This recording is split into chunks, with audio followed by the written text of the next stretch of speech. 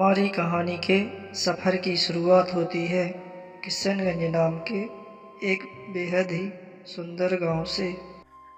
इस गांव में राजू और मोहन नाम के दो दोस्त रहते थे।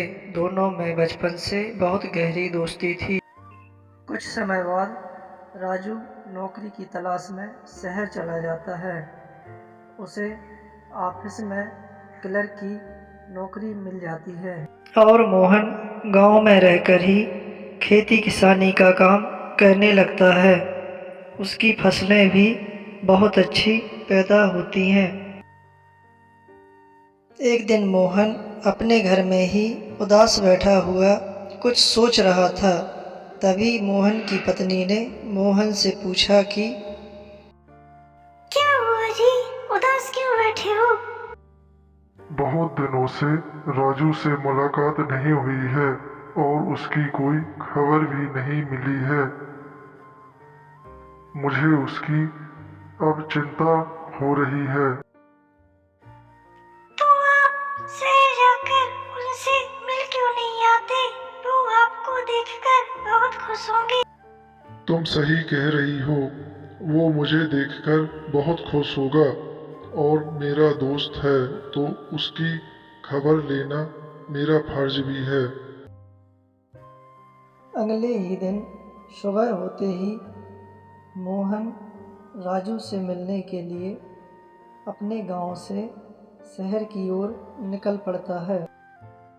सफ़र तय करते हुए अंततः मोहन राजू के ऑफिस पहुंच जाता है।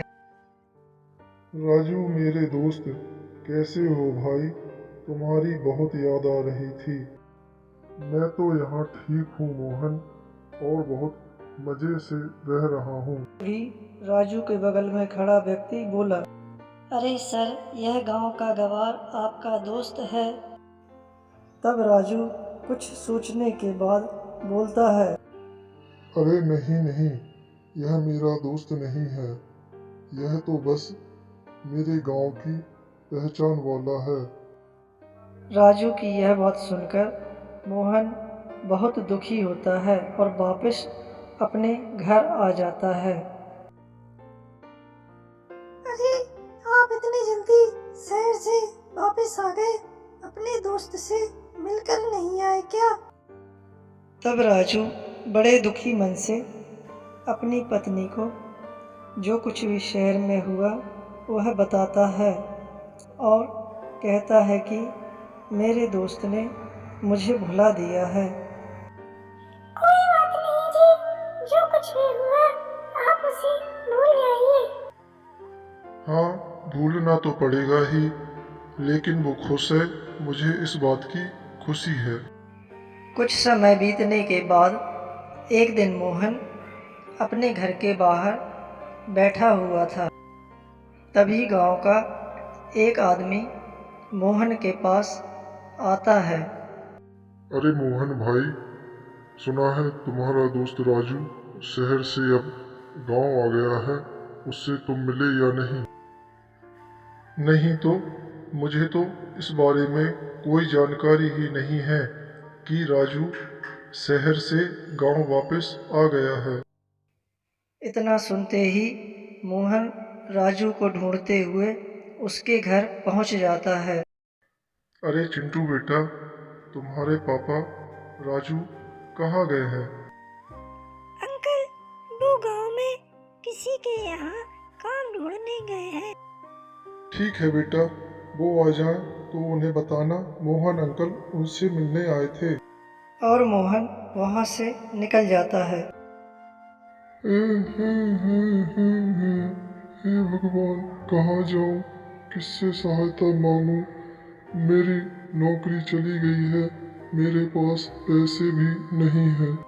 इतने में मोहन राजू के पास पहुंच जाता है और राजू से बोलता है कि अरे राजू, तुम यहाँ बैठकर रो क्यों रहे हो? क्या हो गया? मुझे बताओ, तुमने शहर में नौकरी क्यों छोड़ दी? जब मुझे पता चला, मैं तुम्हारे घर तुमसे मिलने गया था, लेकिन पता चला तुम गांव में हो।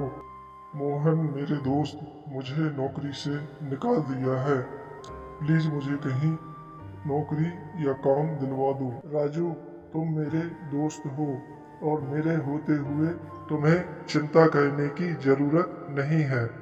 तुम मेरे साथ चलो, मैं तुम्हें नौकरी दिलवाता हूँ। और ऐसा कहकर मोहन राजू को एक सेठ के घर ले गया।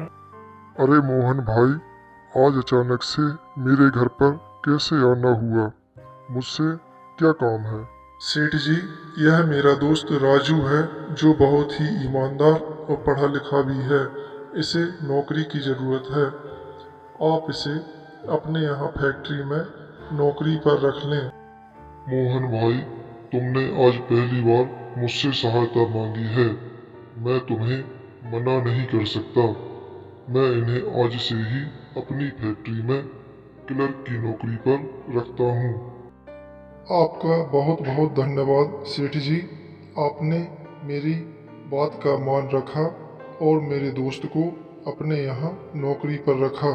बाहर आते ही राजू मोहन के कदमों में गिर जाता है। मोहन उसे उठाता है और अपने गले से लगा लेता है। दोस्तों, यह कहानी हमें सिखाती है कि हम आज भले कितना भी आगे क्यों ना बढ़ जाएं, लेकिन हमारे दोस्तों को कभी भी हमसे नीचा या कम नहीं समझना चाहिए, क्योंकि बुरे वक्त में सिर्फ अपने सच्चे दोस्त ही साथ निभाया करते हैं। अगर आपको यह कहानी पसंद आई तो प्लीज़ मेरे चैनल और भी कहानियाँ को सब्सक्राइब करें और लाइक करना ना भूलें।